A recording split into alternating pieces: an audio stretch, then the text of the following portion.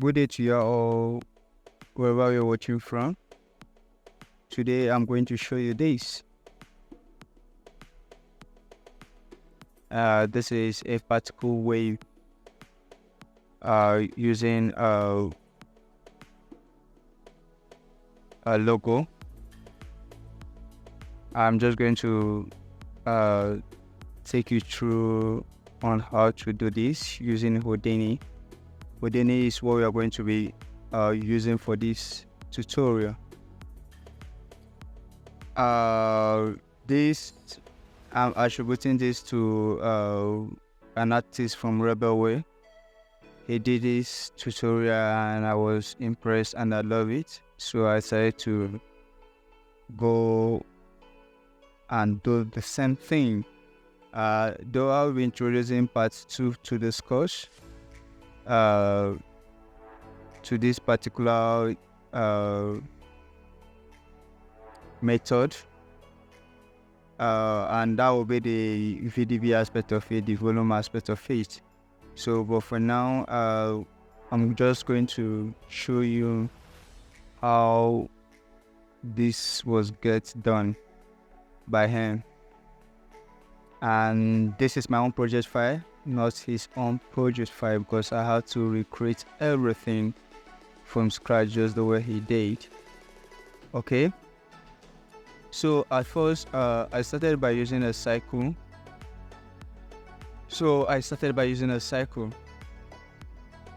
And when I imported it, have to make the type an open eye, just as you're seeing right here.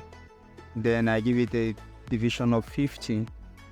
Okay, so I proceed ahead using the transform node, and I have to write a little expression here, expression here. So the sine wave, and I want it to go through the frame, and I multiply the speed by 5. Okay, so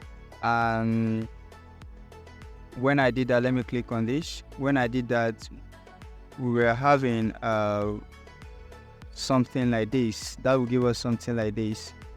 So using this expression in the uniform scale, so I went ahead to resample the node.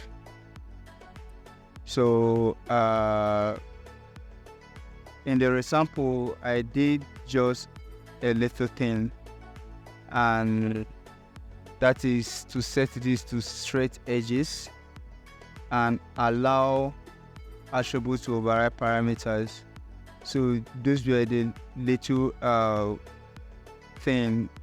changes I did in the resample. You go to the poly frame, have to add this poly frame, and the first thing I did is to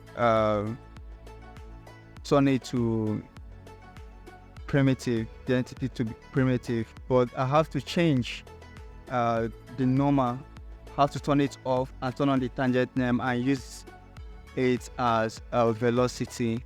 I have to input the velocity attribute there in the tangent name to be able to have a velocity for this motion, and this is it. Okay, so after that, I have to add a motion to my attribute, and I have to use the attribute triangle to do that. So, and it's just a simple vector expression with velocity at vector. Okay, we're calling the attribute vector and using a velocity that is a 3-way attribute. Okay, and we are multiplying it by 5. Okay, to keep this velocity active and sharp. So that is the need for that. Okay, so I would have liked to feed in this cycle to the simulation, but it will take us a long time to cache it and to make it play back smoothly. So we are going to import our logo. And if you're importing this logo, it's very, very important for you to know that what we are going to use is something PNG. Okay, you're going to use a PNG format, and that will help you a lot. And if you're having this logo in any other program like Illustrator, CorelDRAW, or any other program you're using creating your logo, so make sure you create it using PNG format. Is going to help you. So we use the trace node to import our logo. Just go to the file and click this place. For me, this where my logo is, so I'm just going to cancel that.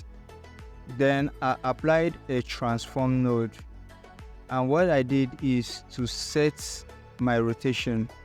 Okay, sorry, let me make this active. Is to set my rotation. You might want to view it your own way, but this is how I did it, because I have to flip my object, my logo, so to the way I like.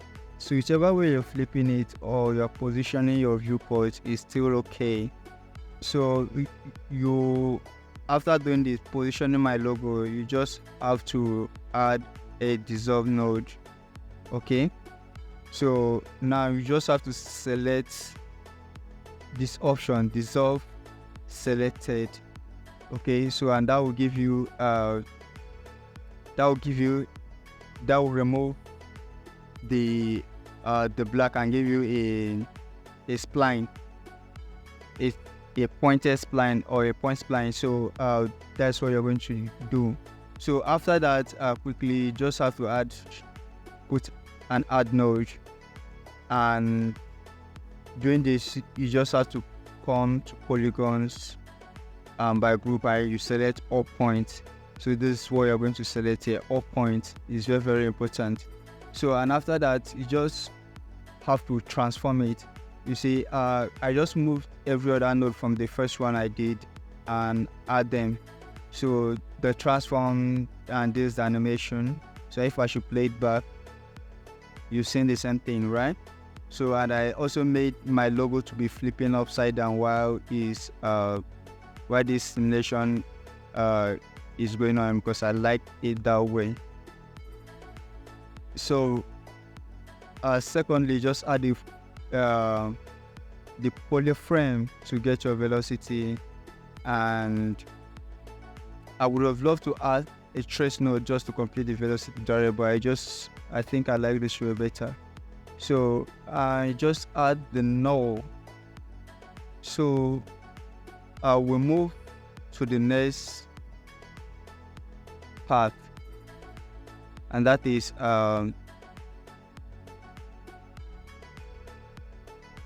okay, let me turn off the visualizer here. Yep. So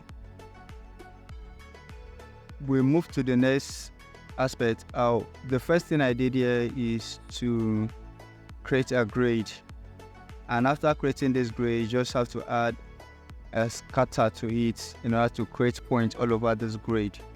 So I use the force total count of 12,000. Okay, so I set it to generate by density. So this is what you're going to do. So coming to the PopNet, let's dive into the PopNet and see what I did there.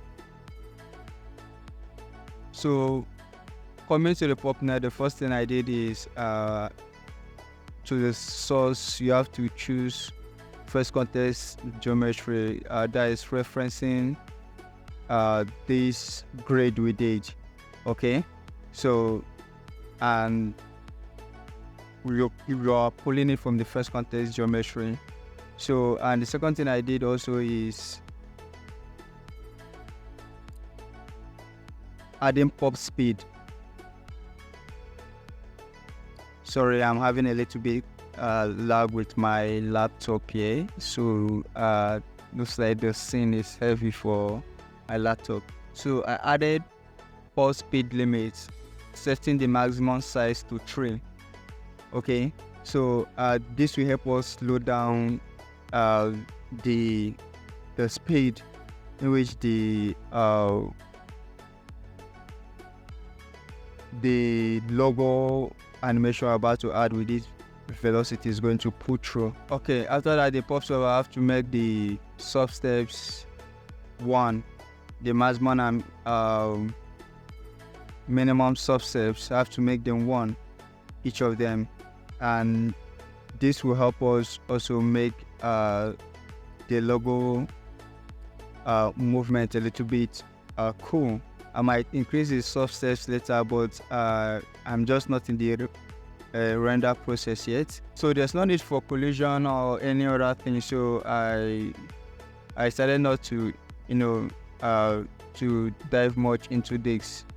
So that is it on that, but have to add a gravity node here in order for us to have some movement. So, and the first movement we start having here, I have to set this to minus this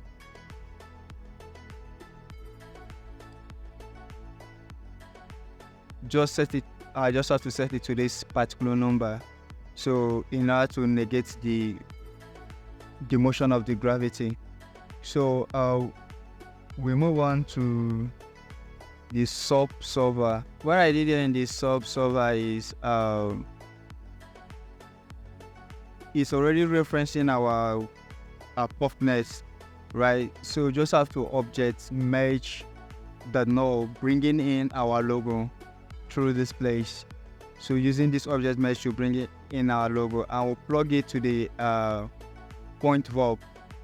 Okay, so we created the point verb in order to manipulate the points and make this logo animation look nice. So what we did here, if you are new to point verb and all that, is going to is going to confuse you. So but don't be afraid, Houdini is not hard. I'm also learning, and I believe if you have the interest and you put in the motivation to learn it, you will be successful, though it's going to take time. So the first thing is to use the PC open, okay, targeting our just as we did in the PopNet using the first context geometry. So this will be the output tool. Okay, so we are looking at the second context geometry here. So we are pulling this point with this particle cloud open. Okay, so using point cloud open using PC open. So we are going to bring in the PC open, then bring in the first PC filter. Okay, so we have to set this to the vector channel, and we have to duplicate it, and also now we are calling on the vector here. Okay, the velocity we created, so we are calling on it here. Now this at this side we are calling on the position of that of the logo animation we created. We are going to add a subtract node to this, drawing the position of the geometry, the grid, and subtracting it with that of our logo. So we are going to add a normalize node and set it to 3D normal. Then we are going to add a drop and add node to sum everything up and put it to our velocity output. So this all for this this part particularly. So if you are a beginner to this, it might seem strange or you might not really understand it, but Houdini is a good program, it's a good software. So please, I would like you to go through this on your own and follow the process I did to create this. So if I approve, this won't be a new thing to you, but the technique might be. So I would like a comment in the comment section. I'll be dropping tutorial on this channel on Houdini and other various softwares. So if you're a pro in Houdini and you see things that can make this more okay and beautiful, please I would love a comment in the comment section. And if you're also a pro, and I would love your contribution to this as well. So please, let's keep growing together, let's keep learning together. Expect more tutorial from me. So, and there's also a movie I did in which I'll be going through how I did it, and it was a low budget movie. So I'll be going through how I did it, and there's a lot to explain though. So if you are good in other software, you might also follow up. So see you next time, my next tutorial. Catch up, bye.